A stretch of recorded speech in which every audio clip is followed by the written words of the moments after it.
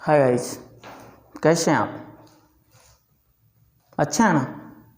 Okay guys, आज हम science में पढ़ेंगे टाइप्स ऑफ फोर्सेस। क्या पढ़ेंगे? Types of forces.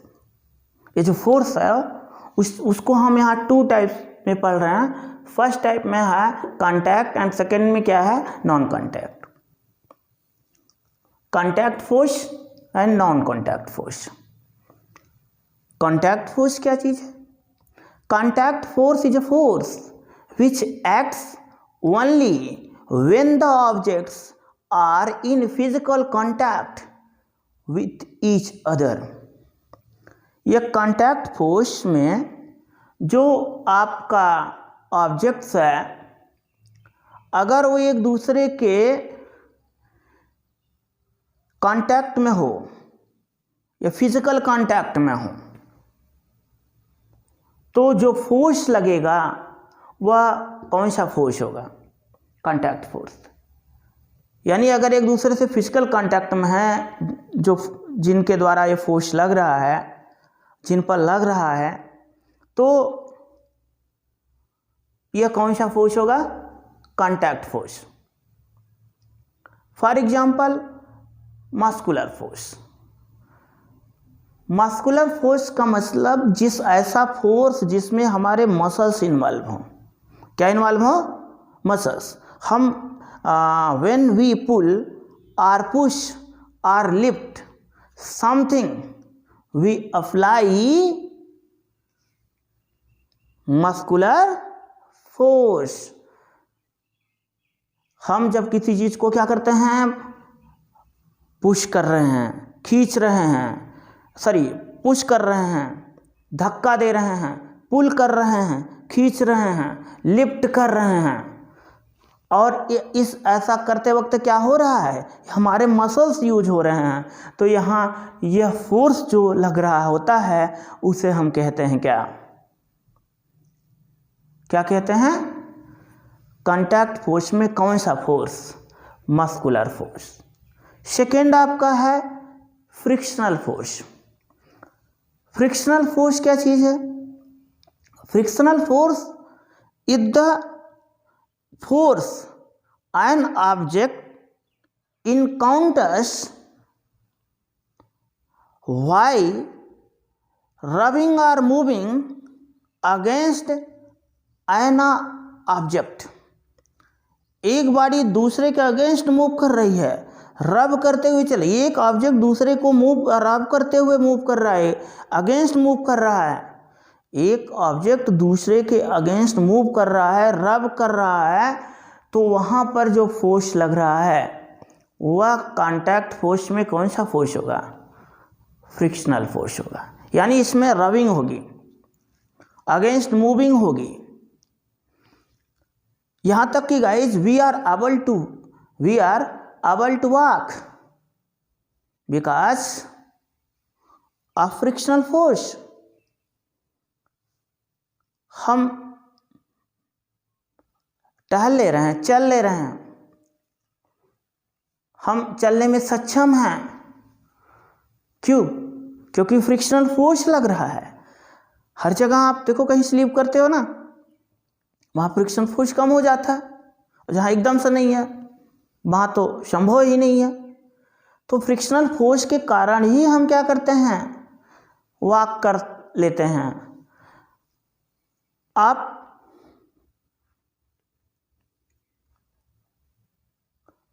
समझ रहे हो ना? तो फ्रिक्शनल फोर्स के कारण ही हम क्या करते हैं? वॉक करते हैं। फ्रिक्शनल फोर्स क्या करता है?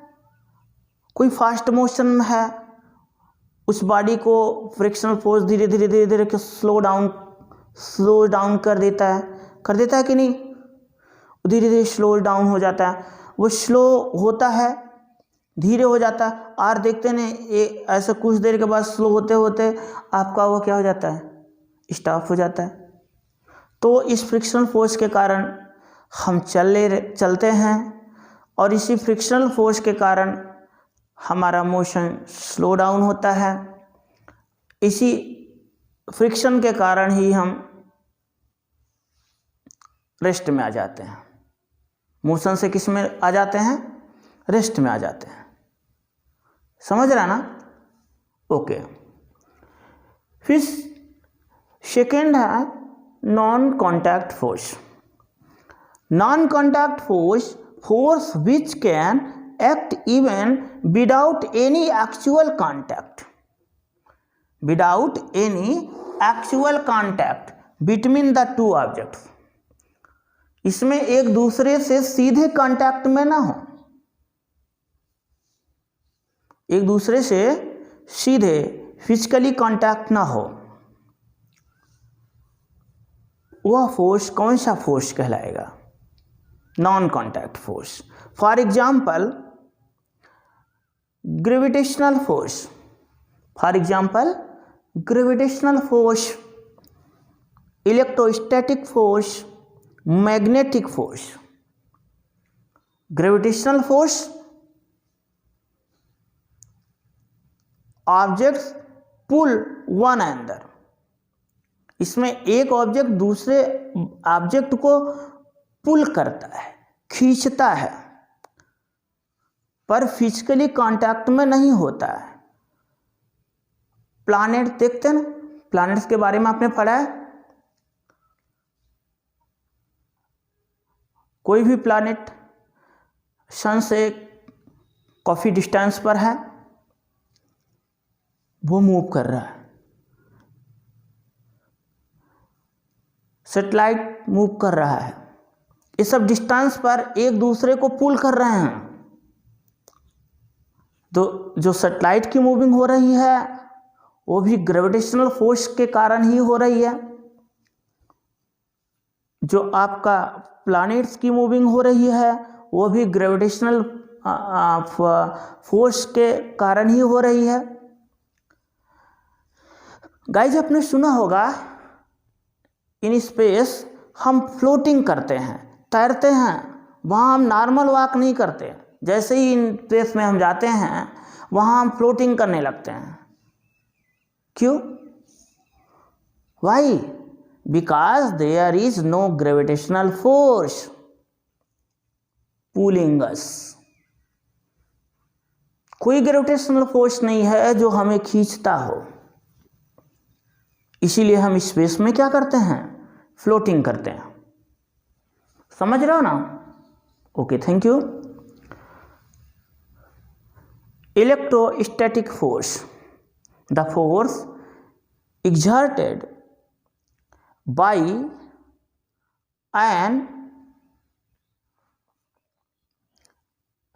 electrified body।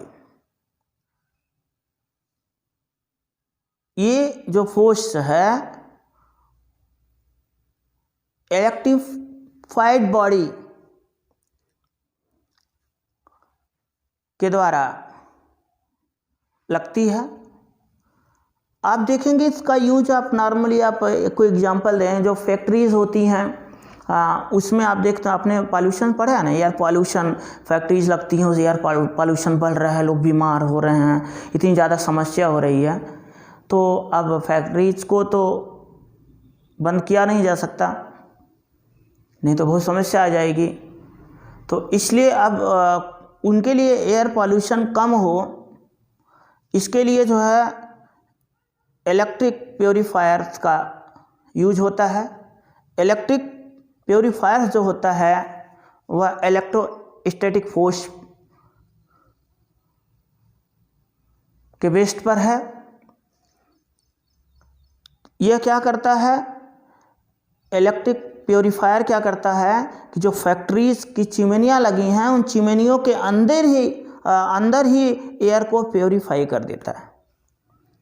तो अंदर ही, चिमनियों के अंदर ही वह जो है प्योरीफाई कर देता है। कैसे करता है नेक्स्ट क्लास में आपको बताया जाएगा। तो ये प्योरीफाई करके एयर पॉल्यूशन को कम कर देता है, जिससे वहाँ की लाइफ इजी हो जाती है, आराम से लोग रह पाते हैं, नहीं तो काफ़ी समस्या हो जाती है। तो यहाँ थर्ड आपको पढ़ना इसमें मैग्नेटिक फोर्स। मैग्नेट के बारे में आपने पढ़ा है, एक कार्बन का एस्क है और ये निकल आयरन को अट्रैक्ट करता है। तो मैग्नेट के द्वारा जो आपका फोर्स लगता है वह कौन सा फोर्स कहलाता है? Magnetic force. इसके भी बहुत से यूज हैं और आप डेली रूटीन में आप देख सकते हैं कि कहाँ कहाँ यूज हो रहा है। तो नेक्स्ट क्लास में इसके बारे में आपको बताएंगे। आई होप कि आप समझ रहे हैं। अगर कोई प्रॉब्लम हो तो आप कमेंट्स के द्वारा बताइएगा।